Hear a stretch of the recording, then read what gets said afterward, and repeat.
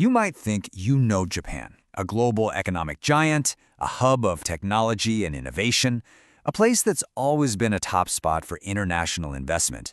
But right now, something really interesting is happening there. A quiet but really profound shift is underway that's rewriting the rulebook for anyone who wants to do business in Japan. So, let's get into it. For decades, the message from Tokyo has been crystal clear. Japan is open for business. And look, it still is. The country absolutely needs foreign money and ideas to keep growing. But that open invitation, well, it now comes with some pretty serious fine print. There's a new priority that's jumped to the top of the list: economic security. And that really sets up the core question for us today. How on earth does a powerhouse like Japan pull off this tricky balancing act? How do you keep the doors open for investment, which you need, while also building up the walls to protect your most vital national interests?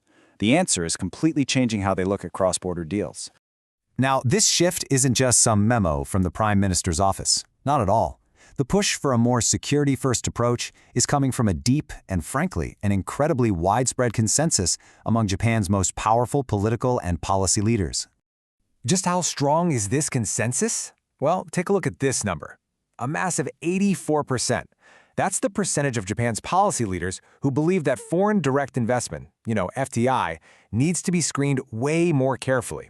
We're talking more than 4 out of every 5 decision-makers demanding a tougher line. And this is where it gets really interesting, because there's a huge gap here. On the one hand, you have that overwhelming 84% who want stricter screening. But then look at the other side. Only 32% think the rules have actually gotten any tougher. That leaves this giant 51-point gap between what they want and what they think is happening. And a gap that big? It creates a powerful engine for real, concrete change.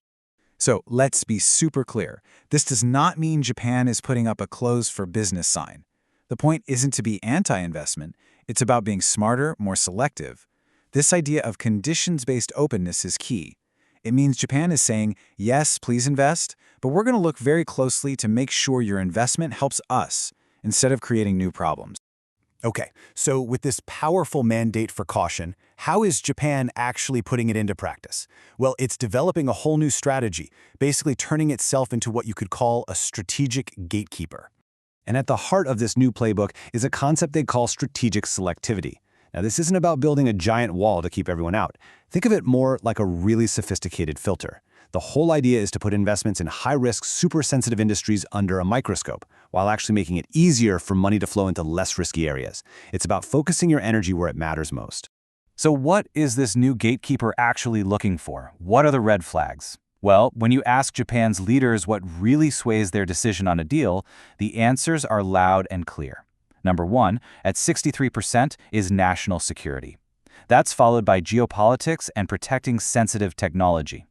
The old-school economic benefits? They've taken a back seat to these much bigger strategic worries. And this playbook isn't even finished yet. They're expecting to roll out major updates by 2026, all designed to make the system even smarter. They're looking to get much better at targeting those high-risk sectors. They want to close loopholes that might hide who an investor really is. And they're working on better coordination across the government so decisions are faster and more consistent. Now, you absolutely cannot talk about economic security today without talking about the elephant in the room: geopolitics.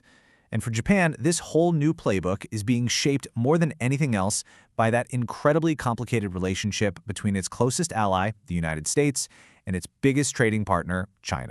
And this data, wow, it just perfectly illustrates the tightrope Japan is walking. On the one side, you can see leaders are pretty split on how to balance the U.S. relationship with Chinese trade. But then, on the other side, there is zero confusion when it comes to investment. A staggering 88% say any deal coming from China need a much, much closer look. So let's just hammer this point home. While the economic debate about China is complex and has different viewpoints, the security verdict is, well, it's pretty much unanimous. This overwhelming concern about investments from China has become the single biggest geopolitical filter that every single deal has to pass through.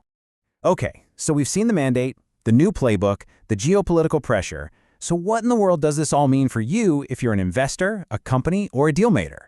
Let's break down the 4 new rules of the road for navigating Japan's new and much more conditional welcome mat.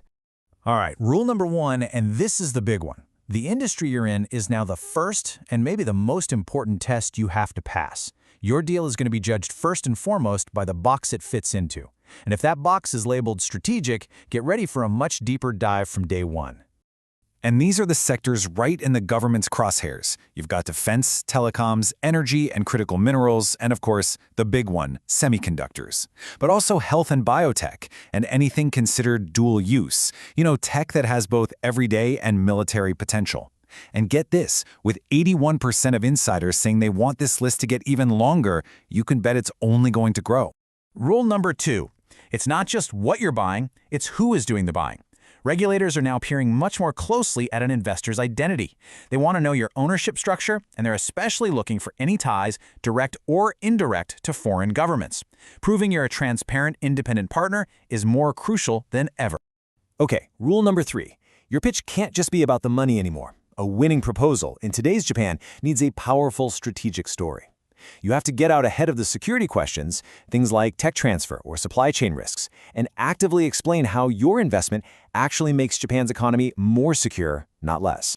And finally, rule number 4. You have to remember that these deals don't happen in a vacuum. Public opinion is a huge factor, with 70% of insiders saying that political and media pressure can seriously affect a deal's outcome. Managing your reputation and your public story isn't just a nice-to-have, it's a must-do. But after all these new hurdles and red flags, the main takeaway is not stay away. Actually, far from it.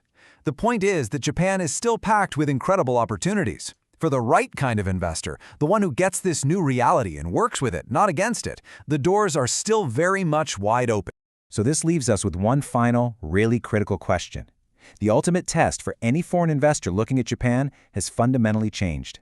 It's not just about the economic value you bring to the table anymore. In this new era of strategic selectivity, the real question is, can you prove that you are a partner in Japan's security and not a risk to it? The answer to that is what will separate the winners from the losers.